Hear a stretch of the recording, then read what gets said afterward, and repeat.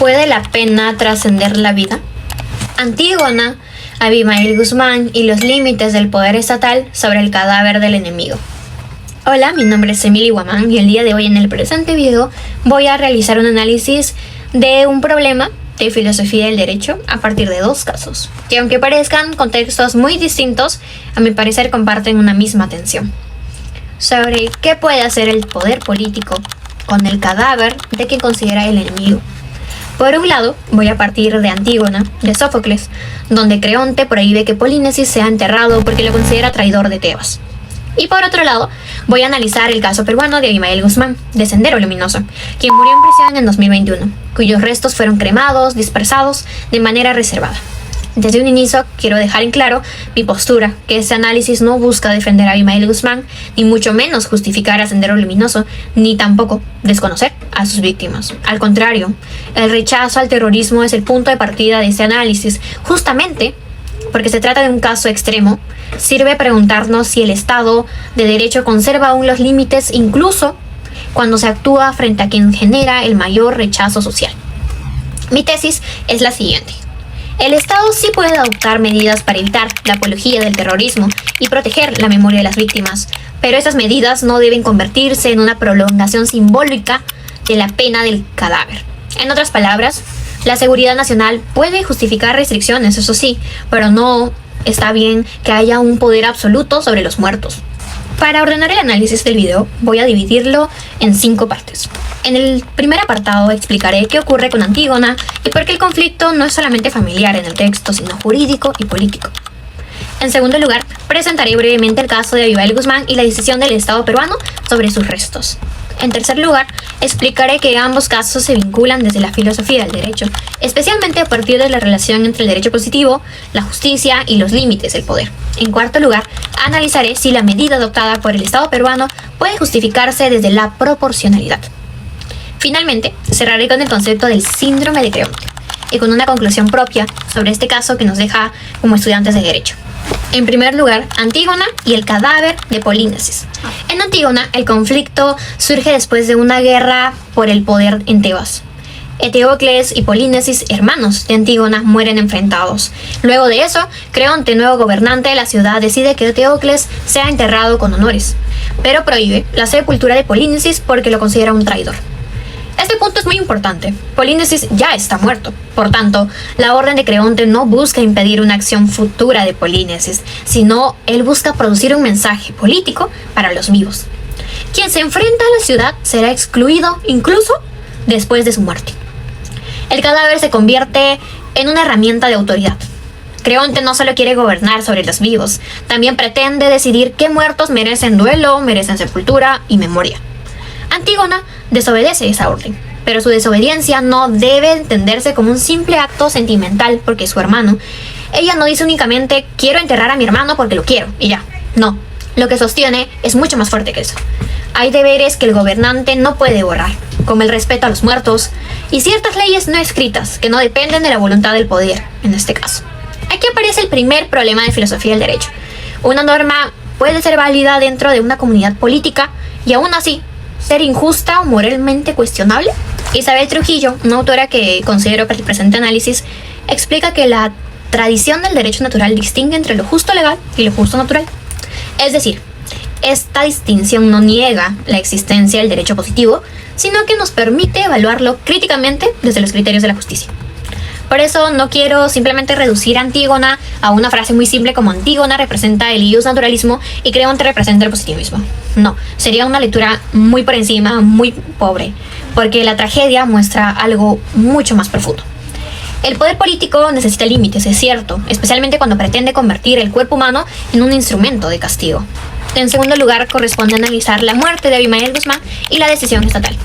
Abimael Guzmán murió el 11 de septiembre del 2021 en la base naval del Callao, donde cumplía cadena perpetua. Él fue el líder del Sendero Luminoso, organización responsable de graves crímenes durante el conflicto armado interno. Por eso, su muerte generó una discusión pública inmediata sobre qué hacer con su cuerpo. El problema no era solo sanitario o administrativo en este caso. El Estado y buena parte de la opinión pública temían que una tumba de Abimael Guzmán pudiera convertirse en un lugar de culto, peregrinación o apología senderista. Ese temor no era inventado. porque la figura de Abimael Guzmán había tenido una dimensión simbólica muy fuerte dentro del Sendero Luminoso, incluso con rasgos de culto a la personalidad. Después de su muerte, el Congreso aprobó la ley número 31352, la cual permitió la cremación de restos de líderes terroristas cuando su entrega, traslado o entierro pudiera poner en riesgo la seguridad nacional y el orden interno.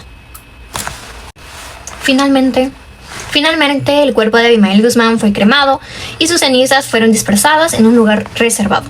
Hasta este momento, el argumento estatal puede entenderse como que evitar que se construya un espacio de homenaje y reivindicación de una figura terrorista. En ese sentido, la seguridad nacional y la memoria de las víctimas son fines legítimos.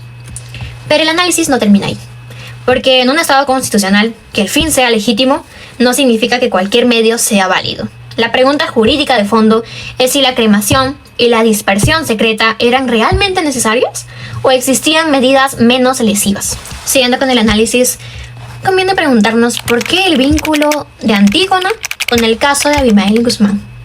La vinculación entre Antígona y el presente caso de Guzmán no se basa en decir que Polínesis y Guzmán sean iguales. No lo son. Tampoco se basa en decir que Antígona y los familiares de Guzmán ocupan exactamente el mismo lugar moral. Sería una comparación muy forzada, y no es así. La conexión es estructural y filosófica. En ambos casos, la autoridad política decide sobre el cadáver de quien considera enemigo.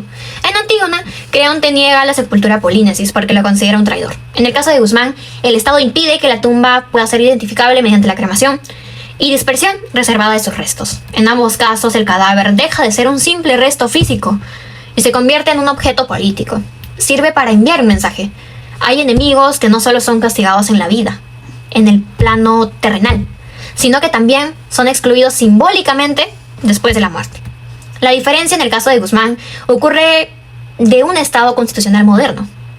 Por eso la discusión no puede resolverse únicamente desde la emoción, la indignación o el rechazo social. Debe de resolverse con categorías jurídicas, como la dignidad, la proporcionalidad, seguridad, derechos familiares y memoria de las víctimas y límites del poder sobre todo. Mi punto en este caso es que el Estado puede sí impedir la apología, es necesario, pero no debería de transformar el cadáver en una prolongación de la pena. Derecho positivo y justicia, porque la ley no agota el problema. Lo que quiero decir es que una respuesta rápida al caso de Guzmán sería decir, si había una ley que autoriza la cremación, entonces el problema está resuelto. Pero no. Desde la filosofía del derecho, esa respuesta es insuficiente a mi parecer, porque el derecho positivo importa. Una norma emitida por la autoridad competente forma parte de un ordenamiento y sobre todo produce sus efectos. Sin embargo, la existencia formal de una ley no elimina la pregunta por su justicia ni por la legitimidad constitucional. La autora Trujillo explica que el derecho natural permite identificar límites del derecho positivo y abrir una pregunta sobre la obediencia moral frente al derecho existente. Es decir, no se trata de negar la norma existente, sino de preguntarnos si esa norma responde a criterios de justicia.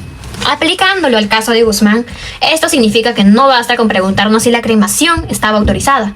La pregunta completa sería, ¿la cremación era necesaria, proporcional y compatible con un Estado que dice respetar la dignidad humana? Mi respuesta es que la medida podía tener un fin legítimo, pero resulta discutible en su necesidad y proporcionalidad. No porque Guzmán mereciera honores para nada, sino porque el Estado debe de justificar incluso sus decisiones que adopta frente a los enemigos. El argumento estatal, seguridad nacional y memoria de las víctimas. Para hacer un análisis más a fondo, no puedo descartar el argumento del Estado como si fuera algo irrelevante. Guzmán no fue cualquier condenado. Su figura estaba vinculada a una organización terrorista responsable de miles de víctimas. Además, dentro del Sendero Luminoso su imagen tenía un peso ideológico y casi religioso. Autores señalan que el temor a que su tumba se convirtiera en un lugar de culto fue el punto central del debate en el público. Por eso, considero que el Estado tenía un fin legítimo: evitar la apología, proteger el orden público y respetar las memorias de las víctimas. Sin embargo, la legitimidad del fin no resuelve el problema del medio. Una democracia no puede actuar solo desde la lógica de la reacción emocional. Tiene que demostrar por qué la medida que elige es la menos lesiva entre las disponibles. Aquí es donde entra el principio de proporcionalidad. La proporcionalidad, mi evaluación de la medida. Lo que digo es que voy a evaluar la decisión estatal con 3 pasos: idoneidad, necesidad y proporcionalidad en sentido estricto. Primero, la medida fue idónea. Si el objetivo era impedir una tumba visible, la cremación y la dispersión reservada sí servían para lograr este primer fin. Segundo, la medida es discutible en cuanto a la necesidad. Una medida es necesaria cuando no exista otra alternativa igualmente eficaz o menos lesiva. En este caso, sí podían pensarse en otras opciones como, no sé, un entierro reservado, una tumba anónima, vigilancia estatal, restricciones de acceso o sanación o alguna sanción que se pueda dar por actos de apología. Autores como Cabrera Fernández y Ramírez Barreto sostienen precisamente que ya existían mecanismos penales, como la sanción de la apología del terrorismo, que podían proteger el orden público, sin eliminar necesariamente todo rastro material del cuerpo. Por eso, considero insuficiente la justificación constitucional de una medida tan intensa. En tercer lugar, la proporcionalidad en sentido estricto. Hay que comparar el beneficio obtenido con la afectación producida. El beneficio fue evitar una tumba que pudiera convertirse en un espacio de culto. La afectación fue impedir toda forma de disposición familiar sobre los restos y eliminar cualquier lugar funerario identificable. Mi conclusión en esa parte es que la medida fue comprensible desde la seguridad, pero jurídicamente fue un tanto problemática porque no se justificó suficientemente que fuera la opción menos lesiva.